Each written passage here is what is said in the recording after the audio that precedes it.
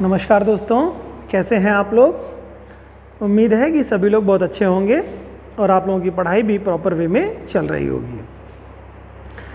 आइए बात करते हैं अपने आज के टॉपिक की।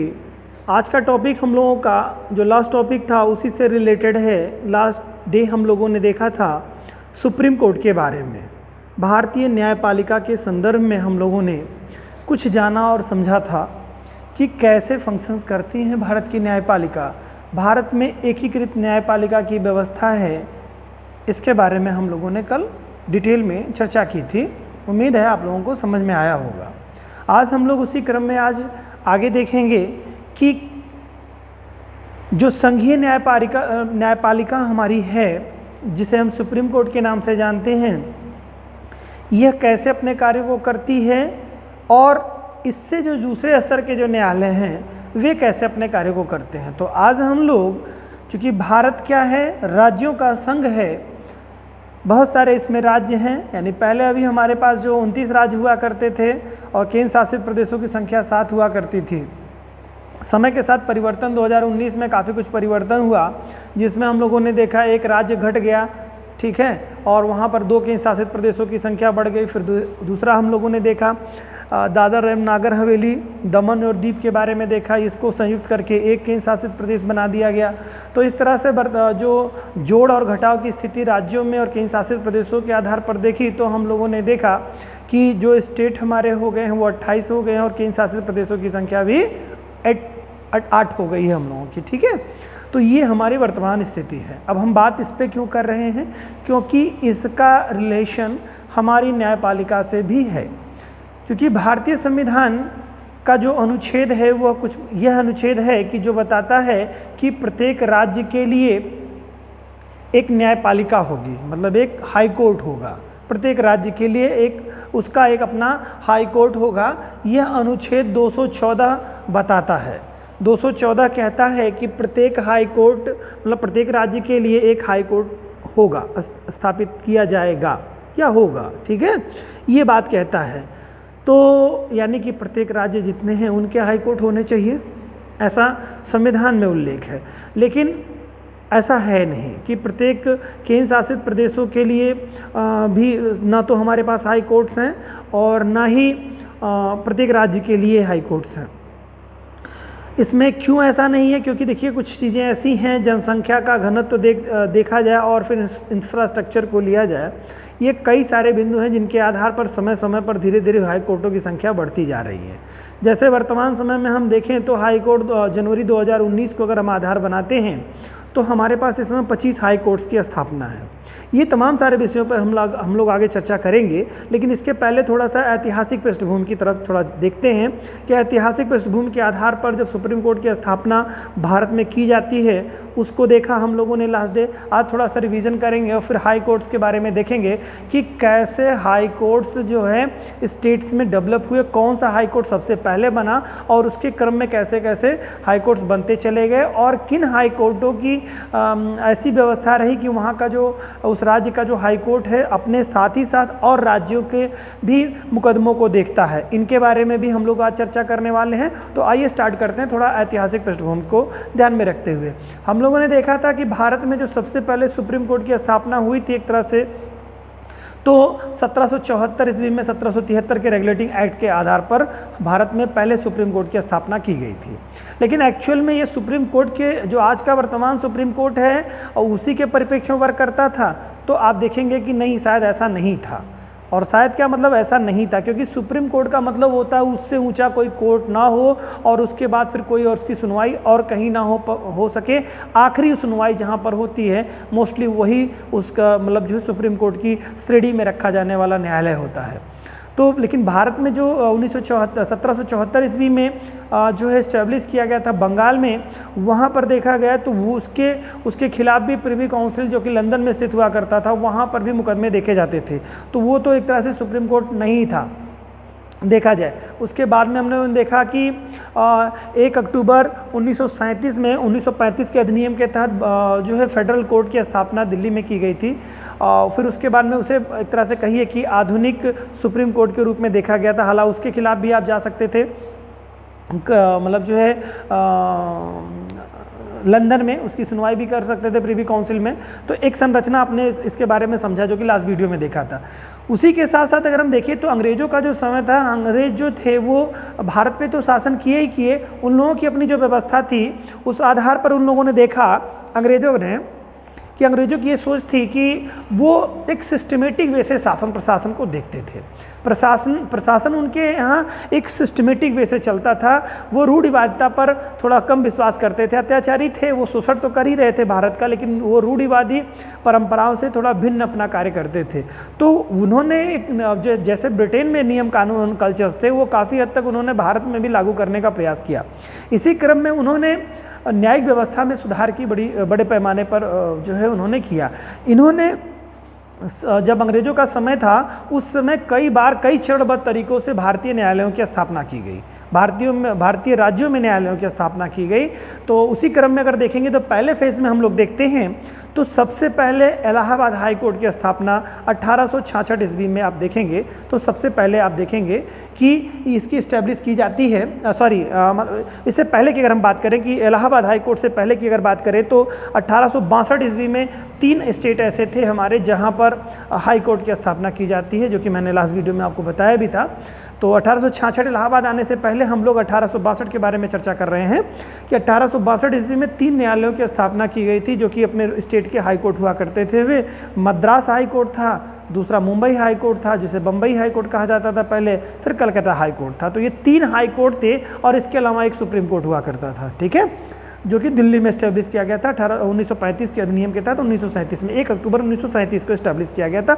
गांधी जी के जन्म दिवस जब मनाया जाता है उसके 1 दिन के पहले की तिथि को याद रहे तो आपको भूलेगा नहीं ये डेट। तो इस तरह से इस्टेब्लिश किए जाते हैं। 1862 में 3 हाई कोर्ट की स्थापना की जाती है। ये तो एक बार में जो अंग्रेजों द्वारा इस्टेब्लिश किया गया एक संरचना रहती है। इसके बाद अगर हम देखेंगे तो प्रथम, द्वितीय और तृतीय फेज़ में ये लोग राज्यों के में हाई कोर्ट्स के इस्टेब्लिश करते जाते हैं। उसी क्रम में 1866 ईस्वी में इन्होंने सबसे पहले जो विस्तार किया राज्यों में इस हाई कोर्ट की स्थापना का, उसमें सबसे पहला नाम आता है इलाहाबाद हाई कोर्ट का, जो 1866 ईस्वी में इस्टेब्लिश किया गया था। हालांकि जो high court Allahabad high court जो इस्टेब्लिश किया गया था ये पहले आगरा में इसको इस्टेब्लिश किया गया था। आगरा में ये अपना कार्यभार देखता था। फिर 1869 ईस्वी में 69 में ये ट्रांसफ़र होकर के चला आता है इलाहाबाद में और फिर वहाँ से अपना सारा ये कार्यभार देखता है। तो दूसरे चरण में अगर हम देखें न्यायपालिका में अगर हाई कोर्ट्स की इस्टेब्लिश करने की बात करें तो उसमें इलाहाबाद का नाम आपका सबसे पहले के श्रेणी में आता है। इलाहाबाद के बाद में आप देखेंगे तो इलाहाबाद का एक इसके बारे में जान लीजिए थोड़ा सा और कि इसकी जो खंडपीठ है ये 2 जगह पर इस्टेब्लिश है। इसकी पहली जो खंडपीठ है वो तो मूल रूप से मतलब जो अपना इलाहाबाद तो इसका है ही, जिसे आज वर्तमान समय में प्रयागराज के नाम से आप जानते हैं, और इसकी दूसरी जो खंडपीठ है वो लखनऊ खंडपीठ है। तो ये तो आपका इस रूप में रहा है कि पहला इलाहाबाद रहा है। इसके बाद द्वितीय चरण, इसके बाद के चरण में अगर हम देखेंगे तो अब आपका 1916 में आ जाता है पटना उच्च न्यायालय की स्थापना हाई कोर्ट की जाती है 1916 ईस्वी में। फिर इसके बाद में आप तृतीय चरण में आएंगे, चतुर्थ चरण में आएंगे तो आपका आएगा 1943 में Jammu and Kashmir high court की स्थापना की जाती है। और इसके बाद 1948 में, तिथि थोड़ी इंपॉर्टेंट है इसको ध्यान में रखिएगा, कि उड़ीसा और गुवाहाटी न्यायालयों की स्थापना 1948 के फेज़ में प्रथम चरण में की जाती है। तो यानी कि चरणबद्ध तरीके से भारत में अंग्रेज जब आते हैं और जब तक वो जाने की स्थिति में होते हैं तब तक वो हाई कोर्ट को कैसे इस्टेब्लिश कर रहे होते हैं। और हाई कोर्ट का बनना, इसका मतलब ये एक तरह से कहिए कि जो पुरानी रीति रिवाज और परंपराएँ थी उस पर एक तरह से कहिए जो उस पर जो उन पे सजा का जो प्रावधान था वो एक तरह से कहिए कि केंद्रित न हो करके और रूढ़िवादिता को ध्यान में न रखते हुए बनाए गए ये कोर्ट्स थे। और कोर्टों में जब कोई बातें जाती थी तो निश्चित तौर से इस पर रूढ़िवादी और जो प्राचीन परंपराएं थी उस पर रोक लगने का ये कार्य करते थे, ठीक है। तो ये चीज़ थी। तो ये चरणबद्ध तरीके से इस तरह से हुआ आपका। और वर्तमान समय में इस तरह से अगर इसका विकास देखेंगे तो वर्तमान समय में भारत में कुल टोटल 25 हाई कोर्ट्स हैं। और जो रिसेंटली हाई कोर्ट बना आपका 25वें नंबर का जो हाई कोर्ट आपका बना, उसमें अगर आप देखेंगे तो 25वें नंबर के हाई कोर्ट में आपका आ जाएगा कि आपने देखा कि तेलंगाना जो राज्य का गठन हुआ, तेलंगाना राज्य के गठन होने के कारण से 2018 में आपने देखा कि तेलंगाना के गठन होने से क्या होता है कि जो हैदराबाद रहता है वो आपका तेलंगाना में चला जाता है, और हैदराबाद ही जो है आंध्र प्रदेश की राजधानी और हाई कोर्ट दोनों हुआ करते थे। लेकिन चूँकि हैदराबाद आपका चला गया है तेलंगाना में, तो अब उसके लिए आंध्र प्रदेश के लिए एक नई राजधानी और नई हाई कोर्ट की इस्टेब्लिश किया जा रहा है, जो कि अमरावती में है। तो ये आपका 25वें नंबर का आपका हाई कोर्ट होगा, ठीक है, अमरावती में होगा। तो इस तरह से कुल देखा जाए तो भारत में कुल 25 आपके हाई कोर्ट्स की इस्टेब्लिश किए गए हैं, ठीक है। और आप 24वें अगर हाई कोर्ट की बात करेंगे तो हम लोगों का अगरतला है आपका, त्रिपुरा की राजधानी जो एक तरह से कहिए त्रिपुरा की अगरतला है, वो हमारा इसके पहले का यानी 24 नंबर का जो हमारा था वो त्रिपुरा का, वो जो इस्टेब्लिश किया गया था वो 2013 में इस्टेब्लिश किया गया था, 26 मार्च 2013 को इस्टेब्लिश किया गया था। तो इस तरह से आप लोग देखें कि मतलब 25 हाई कोर्ट्स वर्तमान समय में हैं। अब इनमें से हम लोग देखेंगे कि बहुत सारे ऐसे मतलब जो है हाई कोर्ट्स हैं जिनके कार्यभार में अगर देखेंगे तो कई राज्यों का वो कार्यभार देखते हैं, ये सब भी हम लोग जानेंगे। लेकिन पहले हाई कोर्ट में कैसे न्यायाधीशों की नियुक्ति की जाती है, कौन कौन से आर्टिकल्स हम लोगों के लिए इम्पॉर्टेंट है, पहले हम लोग इनके बारे में चर्चा कर लेते हैं। फिर उसके बाद देखते हैं कि किन इसमें देखिए क्वेश्चंस जो मोस्टली आएंगे वो दो तरह से आएंगे। एक तो आपको आर्टिकल बेस्ड आएंगे कि किस आर्टिकल में कौन सी बात बताई गई हाई कोर्ट के या सुप्रीम कोर्ट के, कौन से आर्टिकल में क्या बात रखी गई है, ठीक है। एक तो ये क्वेश्चन आएंगे। दूसरे इसके जो क्वेश्चन इसके मोस्टली हाई कोर्ट के जो बनते हैं वो क्षेत्राधिकार को लेकर के चलते हैं कि कौन सा हाई कोर्ट किस राज्य में है और वो किन किन राज्यों के कार्यभार और भी अपने ऊपर अतिरिक्त कार्यभार किन किन राज्यों का लेकर के चल रहा है हाई कोर्ट के रूप में। इससे ही क्वेश्चन आते हैं, दो ही आधार इसके मोस्टली क्वेश्चंस के बनते हैं। तो पहला आधार हम लोगों ने देख लिया, इसके बारे में देखेंगे आज अभी कि कितने किस अनुच्छेद में क्या बातें बताई गई हैं, और दूसरा कि कितने स्टेट ऐसे हैं जो अपने राज्य के अलावा और राज्यों का अतिरिक्त कार्यभार है। तो 6 स्टेट इस तरह से आपको दिखाई देंगे अभी कि जिन पर अपने से ज़्यादा मतलब अपने राज्य का तो हाई उनकी जिम्मेदारी है ही, साथ ही साथ दूसरे राज्यों की भी जिम्मेदारी है। और देखिए वे हाई कोर्ट्स मतलब जिन राज्यों की जनसंख्या सबसे ज़्यादा है उनमें सबसे ज़्यादा न्यायाधीशों की संख्या भी है। तो भारत में उत्तर प्रदेश की बात करें तो उत्तर प्रदेश में सबसे ज़्यादा न्यायाधीशों की संख्या है, 130 वगैरह के न्यायाधीश के करीब में है उत्तर प्रदेश में।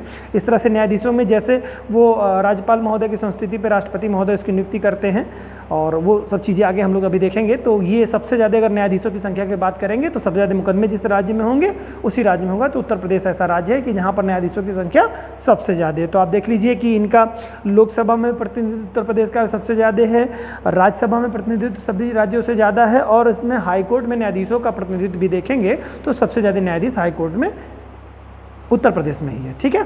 चलिए आगे देखते हैं तो किसमें क्या क्या अनुच्छेद बताइए। अनुच्छेद बहुत बारीकी से आप लोग बच्चों ध्यान से सुन लीजिए और याद हो जाना चाहिए आपको। उम्मीद करता हूं कि आप सभी लोग इसको अच्छी तरीके से याद कर लेंगे।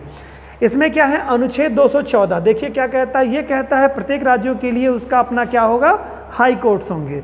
पर मैंने अभी बताया कि प्रत्येक राज्य का एक अपना हाई कोर्ट होगा, ऐसा प्रावधान किया गया अनुच्छेद 214 में वर्णित किया गया है, ठीक है।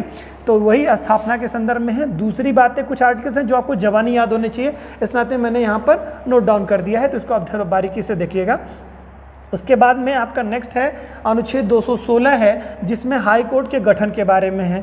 देखिए 14 कहता है प्रत्येक राज्य के लिए उच्च न्यायालय होगा, और गठन करने की बात अनुच्छेद 216 में कही जाती है। गठन की बात अनुच्छेद 216 में कहता है, और प्रत्येक राज्य के लिए एक उसका अपना हाई कोर्ट होगा, यह अनुच्छेद 214 कहता है। ध्यान से सुनिएगा इस बात को।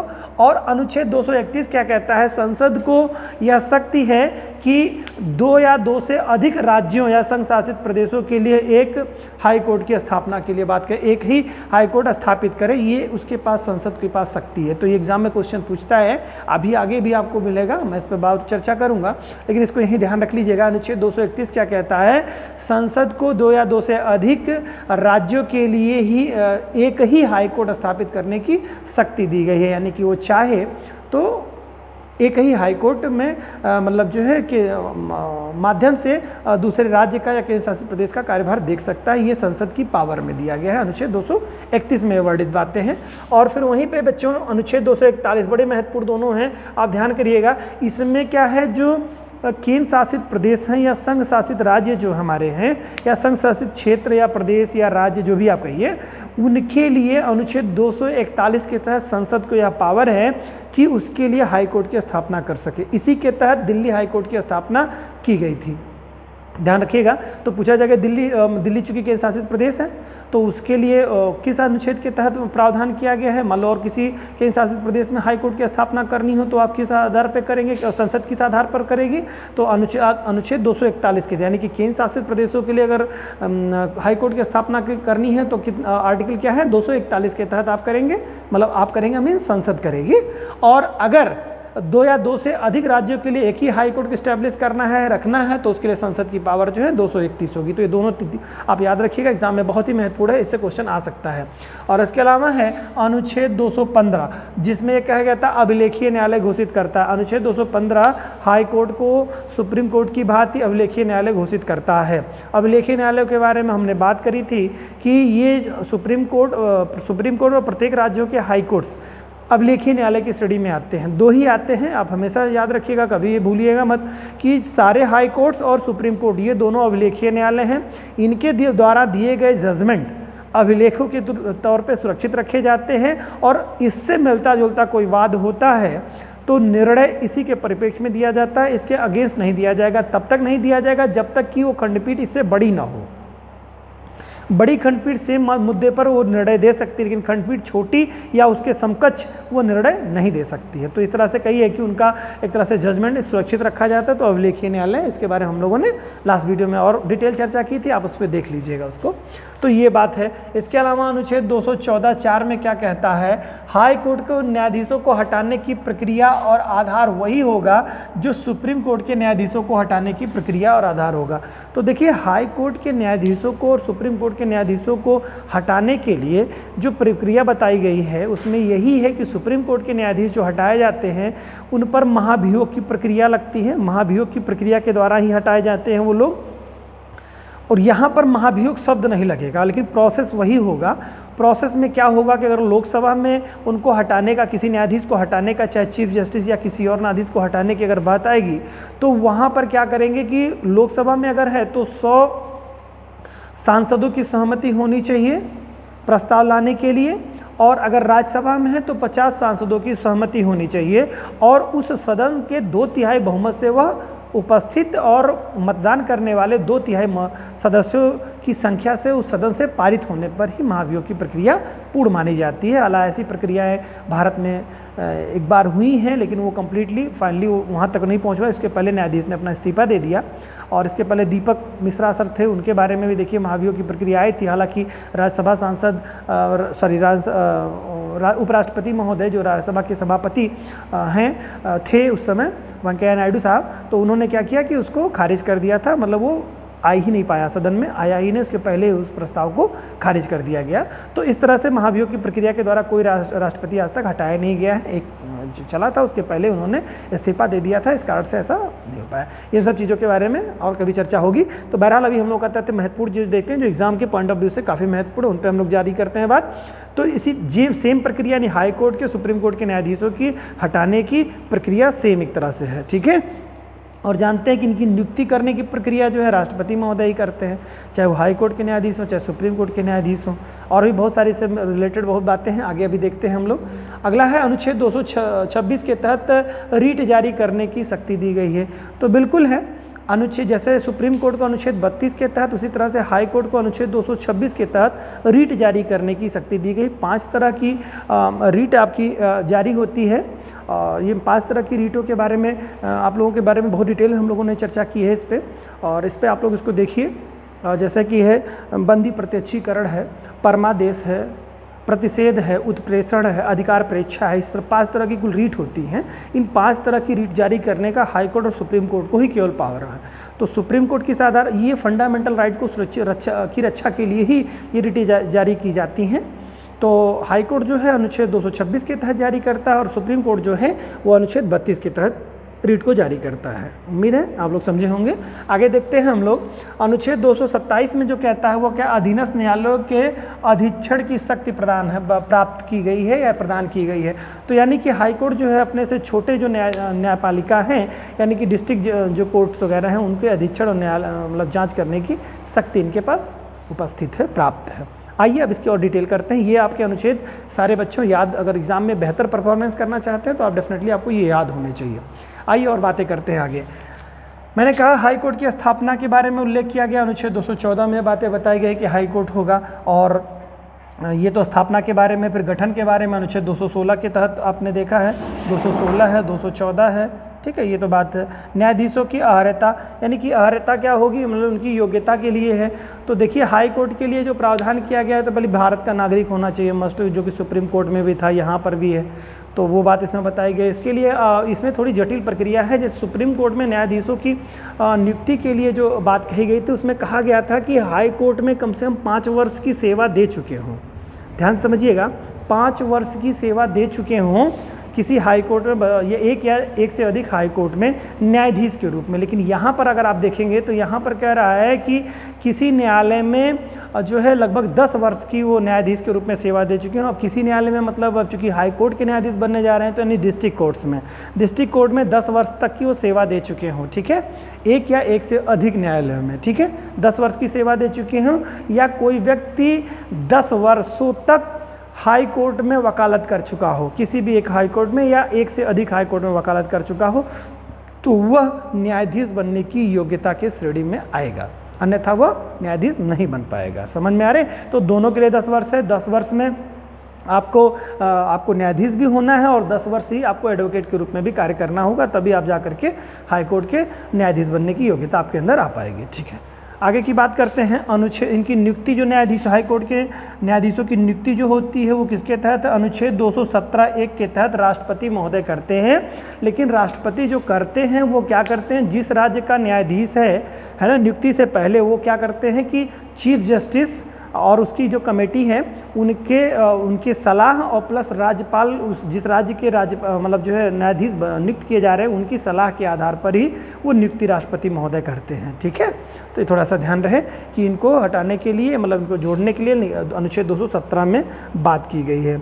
और कार्यवाहक न्यायाधीश की जो नियुक्ति करता है, देखिए न्यायाधीशों की नियुक्ति जो राष्ट्रपति महोदय ही करते हैं, और अनुच्छेद 223 के तहत क्या किया जाता है, न्यायाधीशों की नियुक्ति की जाती है, ठीक है। तो अनुच्छेद 223 के तहत राष्ट्रपति कार्यवाहक किसी स्थिति में, जैसे मान लो कोई ऐसी स्थिति है कि जब राष्ट्रपति महोदय अस्वस्थ हैं, कुछ इस तरह की स्थिति है कि वो कार्य करने में अक्षम की स्थिति में है, तो वहाँ पर कार्यवाहक उस तत्काल स्थिति में राष्ट्रपति महोदय उसको नियुक्त कर देंगे, कार्यवाहक राष्ट्रपति, ठीक है। कार्यवाहक मुख्य न्यायाधीश या न्यायाधीश की नियुक्ति, यहाँ खैर बात हो रही है मुख्य न्यायाधीश की, तो अनुच्छेद 223 के तहत ये करेंगे। इसके अलावा देखिए हम लोगों ने देखा था कि हाई कोर्ट में, सुप्रीम कोर्ट में तदर्थ न्यायाधीशों की नियुक्ति के बारे में प्रावधान किया गया था। हाई कोर्ट में तदर्थ न्यायाधीशों की नियुक्ति के बारे में प्रावधान किया गया था, लेकिन यहाँ पर तदर्थ न्यायाधीश मैंने बताया था, वहाँ पर एडॉक जो एडवोकेट होते हैं, तदर्थ एडॉक न्यायाधीश जो होते हैं, यानी कि एक तरह से कहिए कार्यवाहक उनको बना दिया जाता है जब कोरम पूर्ति में कमी होती है, न्यायाधीशों की संख्या में कमी होती है, तो एडहॉक न्यायाधीश जो है तदर्थ न्यायाधीश हाई कोर्ट में नियुक्त कर दिए, सुप्रीम कोर्ट में नियुक्त कर दिया जाए। लेकिन यहाँ हाई कोर्ट की बात हो रही है, तो हाई कोर्ट में ध्यान रखिएगा, मैंने वहाँ बताया था सुप्रीम कोर्ट वाले वीडियो में कि तदर्थ न्यायाधीश केवल और केवल सुप्रीम कोर्ट में नियुक्त होते हैं, ना कि हाई कोर्ट में, तो ये बात ध्यान रखिएगा। तो यहाँ पर तदर्थ न्यायाधीश नहीं नियुक्त होंगे, यहाँ पर जो न्यायाधीश होंगे इनको अपर न्यायाधीश या कार्यवाहक न्यायाधीश के रूप में इनको जाना जाएगा, ठीक है। तो ये अनुच्छेद किस में है, 224 में वर्णित बातें हैं। अपर न्यायाधीश की नियुक्ति करता है, और अपर न्यायाधीशों की जो नियुक्ति होती है वह 2 वर्ष के लिए होती है, 2 ईयर्स के लिए होती है, बात ध्यान रखें, 2 ईयर्स के लिए होती है, 2 वर्ष के लिए नियुक्ति। इनको अतिरिक्त न्यायाधीश के नाम से जाना जाता है, अपर या अतिरिक्त न्यायाधीश के नाम से जाना जाता है, जो कि हाई कोर्ट में नियुक्त होते हैं। और एडहॉक न्यायाधीश जो है, तदर्थ न्यायाधीश जिसे कहते हैं, ये सुप्रीम कोर्ट में नियुक्त होते हैं। तो अपर या इसी को ही अतिरिक्त न्यायाधीश, चाहे अपर न्यायाधीश या अतिरिक्त न्यायाधीश हाई कोर्ट में नियुक्त होते हैं, और तदर्थ या एडहॉक न्यायाधीश जो होते हैं वो सुप्रीम कोर्ट में नियुक्त होते हैं। तो आई थिंक आप लोग समझ गए होंगे, अनुच्छेद 224 के तहत जो है हाई कोर्ट में तदर्थ न्यायाधीशों की अपर या अतिरिक्त न्यायाधीशों की नियुक्ति होती है। चलिए आगे बात करते हैं। सेवानिवृत्ति न्यायाधीशों की नियुक्ति जो होती है वो कितने दिनों के लिए होती है और कैसे होती है। सेवानिवृत्त, जैसे जिन न्यायाधीशों की जो रिटायर्ड हो चुके हैं और ज़रूरत है कि हाई कोर्ट में न्यायाधीशों की संख्या कम है और उनको फिर से अगर लिया जा रहा है, अगर ऐसा कुछ प्लान बन रहा है, ऐसी कोई ज़रूरत महसूस हो रही है, तो अनुच्छेद 224 के तहत जो रिटायर्ड न्यायाधीश हैं उनको भी मतलब सेवा में लिया जा सकता है, उनको भत्ते वगैरह दिए जाते हैं, सुविधाएं दी जाती हैं। तो इस तरह की बात इसमें कही गई, सेवानिवृत्त न्यायाधीशों से भी कार्यभार लिया जा सकता है अगर उनकी सहमति होती है। आइए और बात करते हैं इनका जो कार्यकाल होता है न्यायाधीशों का, जैसा कि सुप्रीम कोर्ट में 65 वर्ष था, यहाँ पर 62 वर्ष तक। तो जिनकी जो उम्र है वो 62 वर्ष तक प्रत्येक हाई कोर्ट के न्यायाधीश अपनी सेवा देते हैं। कितने वर्ष तक? 62 ईयर्स तक अपनी सेवा देते हैं। इसके अलावा न्यायाधीशों को हटाना, देखिए न्यायाधीशों को जो सुप्रीम कोर्ट के न्यायाधीश जैसे हटाए जाते हैं, सेम प्रक्रिया हाई कोर्ट के न्यायाधीशों के लिए भी लागू होती है और उससे कोई भिन्नता नहीं है। लेकिन इन्हें हटाया जा सकता है तो दो ही तरीके हैं, एक तो सिद्ध कदाचार है और असमर्थता की स्थिति है। सिद्ध कदाचार का मतलब ये होता है कि एक तरह से कहिए कि प्रूव्ड बिहेवियर ऐसा है, मिसबिहेवियर प्रूव्ड, ये सिद्ध हो जाए कि उनका मतलब एक व्यवहार बहुत सामान्य सा नहीं है, अच्छा नहीं है, जो कि मतलब एक न्यायाधीश के रूप में मतलब वो शोभनीय नहीं है। तो उस तरह की स्थिति अगर कोई बनती है, राष्ट्र विरोधी कोई चीज़ ऐसी होती है तो वहाँ पर, और एक तो दूसरा असमर्थता की स्थिति में उनको मतलब एक तरह से न्यायाधीश के पद से हटाया जा सकता है और सामान्य तरीके से उनको पूरा कार्यकाल वो पूरा करेंगे। ठीक है, तो ये बात ध्यान होनी चाहिए। और शपथ और प्रतिज्ञान, जिसे ओथ कहते हैं, ये अनुच्छेद 219 में बताया गया है। राज्यपाल या उसके द्वारा नियुक्त किया जाता है, राज्यपाल या उनके द्वारा नियुक्त व्यक्ति के द्वारा। शपथ के बारे में मैंने कहा ना कि राष्ट्रपति नियुक्त तो करते हैं, लेकिन शपथ दिलाने का जो दिलाने का कार्य हाई कोर्ट के न्यायाधीशों का होता है वो राज्यपाल महोदय कराते हैं। और राज्यपाल अगर अनुपस्थित हैं किन्हीं कारणों से तो उनके द्वारा नॉमिनेट जो व्यक्ति होते हैं वो न्यायाधीशों को शपथ दिलाने का कार्य करते हैं। ये अनुच्छेद 219 में आपको बात वर्णित है। आशा करता हूँ कि ये सब चीज़ें आप लोगों को बेहतर तरीके से समझ में आ रही होंगी। आगे बात करते हैं हम लोग इनके वेतन और भत्तों के बारे में न्यायाधीशों के। तो न्यायाधीशों का जो वेतन और भत्ता है बच्चों, यह 2018 से जैसे सुप्रीम कोर्ट में न्यायाधीशों की मतलब व्यवस्था बदल दी गई है, उसी तरह से हाई कोर्ट में भी ये व्यवस्था की गई है, प्रावधान किया गया 2018 से। तो उसमें हाई कोर्ट के जो चीफ जस्टिस होते हैं उनकी जो सैलरी है वो आपको 2,50,000 रुपये, जो हाई कोर्ट सुप्रीम कोर्ट के सामान्य न्यायाधीशों की सैलरी आप लोग जान रहे हैं 2,50,000 रुपये, और चीफ जस्टिस की CJI की जो सैलरी है 2,80,000 रुपये थी। तो 2,50,000 रुपये यहाँ पर हाई कोर्ट में चीफ जस्टिस की, हाई कोर्ट के चीफ जस्टिस की जो सैलरी होगी वो 2,50,000 रुपये होगी, और उससे 25,000 रुपये कम अन्य न्यायाधीशों की सैलरी होगी। तो 2,25,000 रुपये जो सैलरी होगी वो बाकी हाई कोर्ट के अन्य न्यायाधीशों की सैलरी होगी। और इनका एक बहुत ही महत्वपूर्ण क्वेश्चन यहाँ से क्वेश्चन बनता है बेटा, ध्यान रखिएगा इसको। एक तो वेतन और भत्ते जो दिए जाते हैं हाई कोर्ट के न्यायाधीशों को, वह राज्य की संचित निधि से दिए जाते हैं, कंसोलिडेटेड फंड ऑफ स्टेट से दिए जाते हैं। और जो उनको पेंशन दी जाती है वह जो संचित निधि से, भारत सरकार की संचित निधि से, कंसोलिडेटेड फंड ऑफ इंडिया से दिया जाता है। यानी कि भारत की उनकी पेंशन, सभी हाई कोर्ट के न्यायाधीशों की जो पेंशन है वो दी जाती है कहाँ से? जो आपकी जो संचित निधि है संघ की, यानी कि केंद्र सरकार की जो संचित निधि है वहाँ से दिया जाता है धन, और राज्य सरकार की संचित निधि से उनको सैलरी दी जाती है। तो ये बात थोड़ा ध्यान रखिएगा, कंसोलिडेटेड फंड ऑफ इंडिया और कंसोलिडेटेड फंड ऑफ स्टेट। तो कंसोलिडेटेड फंड ऑफ स्टेट से जो है उनकी वेतन और भत्ते दिए जाते हैं, और उनकी पेंशन जो है कंसोलिडेटेड फंड ऑफ इंडिया से उनकी पेंशन दी जाती हैं। तो बहुत ही महत्वपूर्ण है, ये थोड़ा सा ध्यान रखिएगा। आगे है न्यायाधीशों पर प्रतिबंध। हाँ देखिए, जो हाई कोर्ट के न्यायाधीश हैं इनके लिए क्या प्रतिबंध किया गया है? इनके लिए प्रावधान ये किया गया है कि भाई देखो, अगर कोई किसी राज्य का हाई कोर्ट है तो पहली चीज़ उस कोर्ट में वो वकालत नहीं कर सकता है रिटायर्ड होने के बाद में। हाँ, वह किसी और राज्य में वकालत कर सकता है, और वो सुप्रीम कोर्ट में भी वकालत करने का सिस्टम उसमें दिया गया है। बस मोस्टली ऐसा होता नहीं है, करते लोग नहीं हैं, लेकिन इसमें परमिशन हाई कोर्ट्स की दी गई है कि वो चाहे तो अपने प्रैक्टिस कर सकते हैं, लेकिन उस राज्य में वो करने की परमिशन उनको नहीं होती है। ये तो बात थी।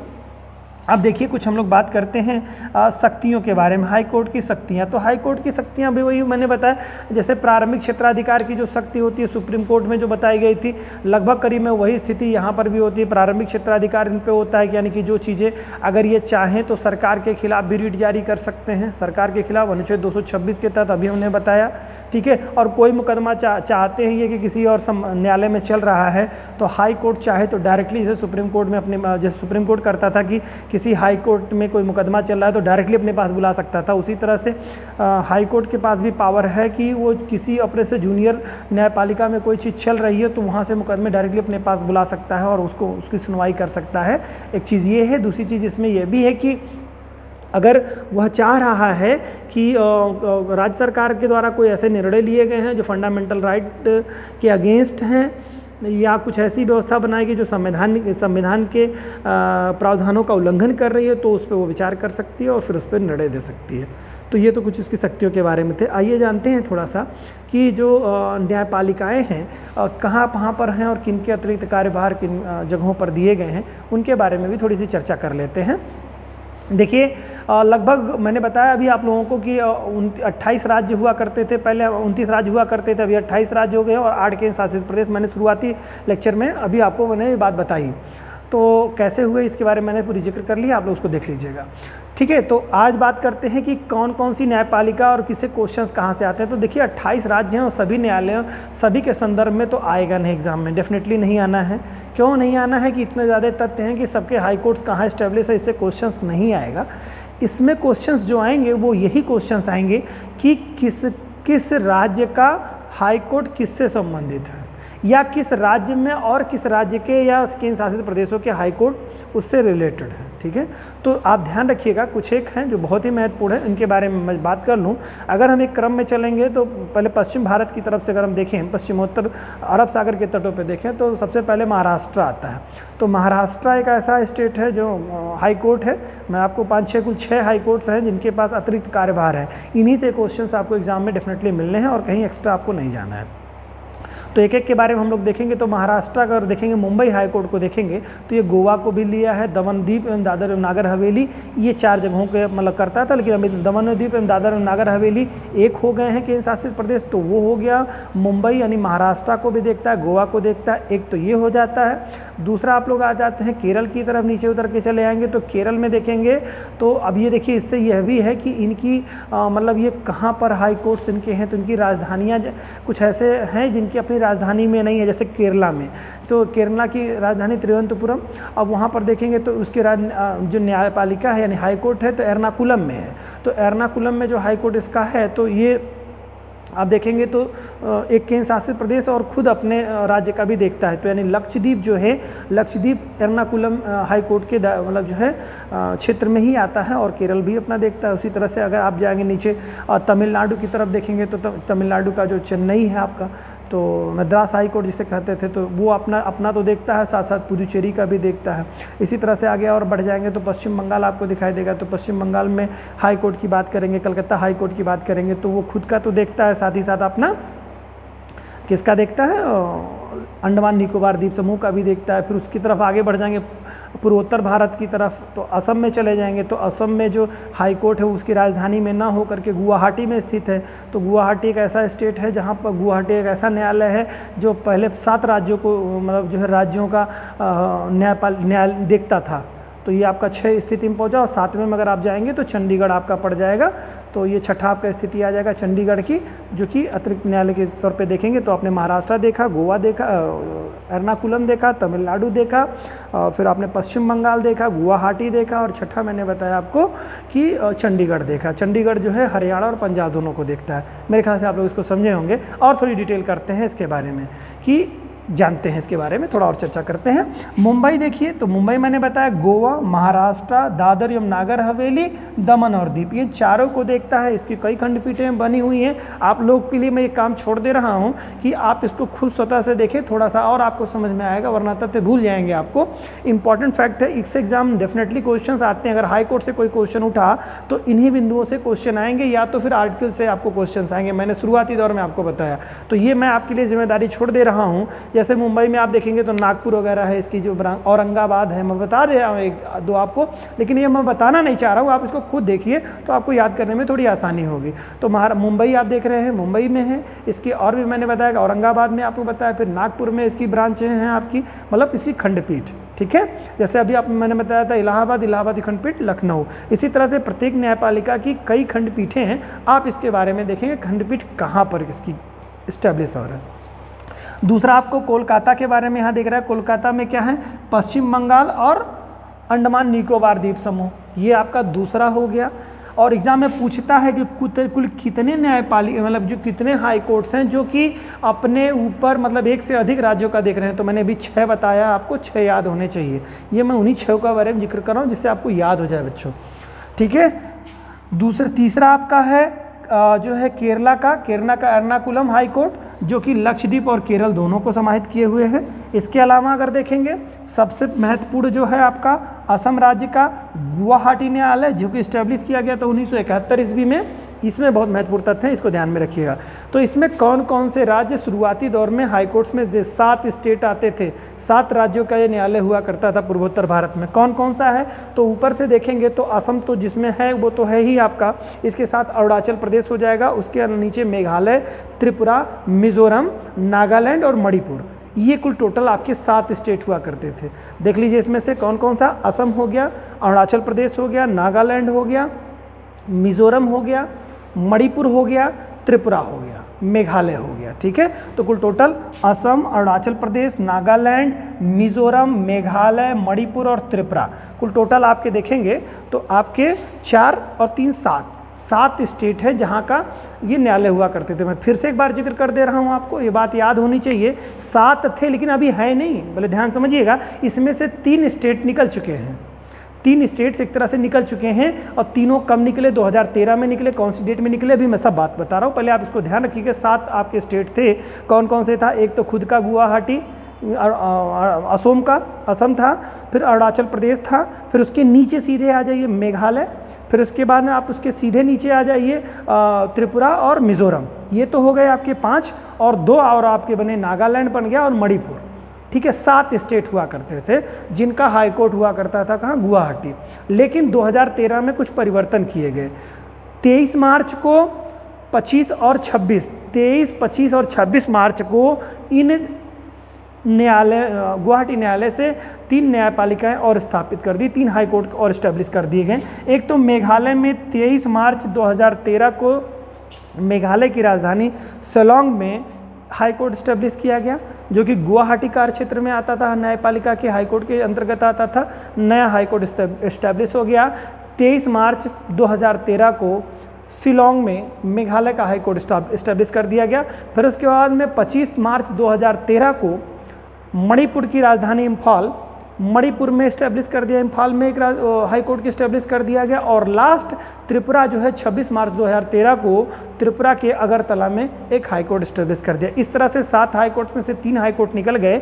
वर्तमान समय में सबसे ज़्यादा संख्या लेने वाला हाई कोर्ट मतलब जो है राज्यों को देखने वाला जो हाई कोर्ट है अभी भी गुवाहाटी है, जिसमें 4 राज्य अभी भी आपके मौजूदा हालत में भी बने हुए हैं। कौन कौन से, अरुणाचल प्रदेश, असम, अरुणाचल प्रदेश, नागालैंड और मिजोरम, ठीक है। ये 4 स्टेट आपके हैं जिनके जो कि अभी भी गुवाहाटी के कार्य क्षेत्र के अंतर्गत आते हैं। तो बड़ा ही महत्वपूर्ण ये बनता है, उम्मीद है क्वेश्चन यहाँ से बन सकता है। उसके बाद आपका चंडीगढ़ है। चंडीगढ़ जो आपका है ये पंजाब, हरियाणा और चंडीगढ़ खुद अपना जो केंद्र शासित प्रदेश है उसको भी गवर्न करता है। तो ये 3 तरह से कहिए 3 कार्यभार क्षेत्रों को देखता है, अपने साथ साथ पंजाब हरियाणा को भी देखता है। और इसके अलावा चेन्नई है जो पुदुचेरी और खुद तमिलनाडु के पूरे कार्य क्षेत्र को देखता है। तो ये तो कुछ हाई कोर्ट के संदर्भ में आपको कुछ बातें थी। उम्मीद है कि आप लोग हाई कोर्ट से कुछ सीखे होंगे। आज का जो टॉपिक है ये आपके लिए एग्जाम के पॉइंट ऑफ व्यू से भी काफ़ी महत्वपूर्ण होगा। इसी तरह से आप लोगों को आगे की न्यायपालिका के संदर्भ में भी कोशिश करी जाएगी कि आपको एक आध वीडियो और भी दिया जाए, जिससे कि आप न्यायपालिका के जो ट्रिब्यूनल्स वगैरह हैं उनके बारे में भी कुछ आप विशेष तौर से जान पाएँ। उम्मीद है कि हाई कोर्ट और सुप्रीम कोर्ट के वीडियो देखने के उपरांत आप काफ़ी अच्छी स्थिति में होंगे और बहुत सारे क्वेश्चंस को करने की सक्षमता आपके अंदर डेवलप हो गई होगी। साथ ही साथ आप भारतीय न्यायपालिका के संदर्भ में बहुत सारी चीज़ें जान पाए होंगे। ये आपको प्री और मेंस दोनों के पॉइंट ऑफ व्यू से बहुत ही महत्वपूर्ण होगा। आप लोग इसको बहुत ही बारीकी से इसको 1-2 बार वीडियो देख लीजिएगा। काफ़ी कुछ कॉन्सेप्ट आपके जो नहीं समझ में आए हैं वो दोबारा रिवीजन करने पे आपको बहुत अच्छे से समझ में आ जाएंगे और ये आपको आगामी जो भविष्य की परीक्षा है उसके लिए बहुत ही उपयोगी होगा। आशा करता हूँ कि आप लोग हमारे वीडियोस से काफ़ी कुछ जानकारी प्राप्त कर रहे होंगे। ऐसे ही आप लोग पढ़ते रहिए और कोई असुविधा होती है तो आप कमेंट बॉक्स में अपनी बात को बता सकते हैं, जिससे कि हम लोगों को और मोटिवेशन भी मिलेगा। आप लोगों ने अपना बहुमूल्य समय हम लोगों के वीडियो पे देते हैं, इसके लिए आप लोगों को बहुत बहुत धन्यवाद। नमस्कार।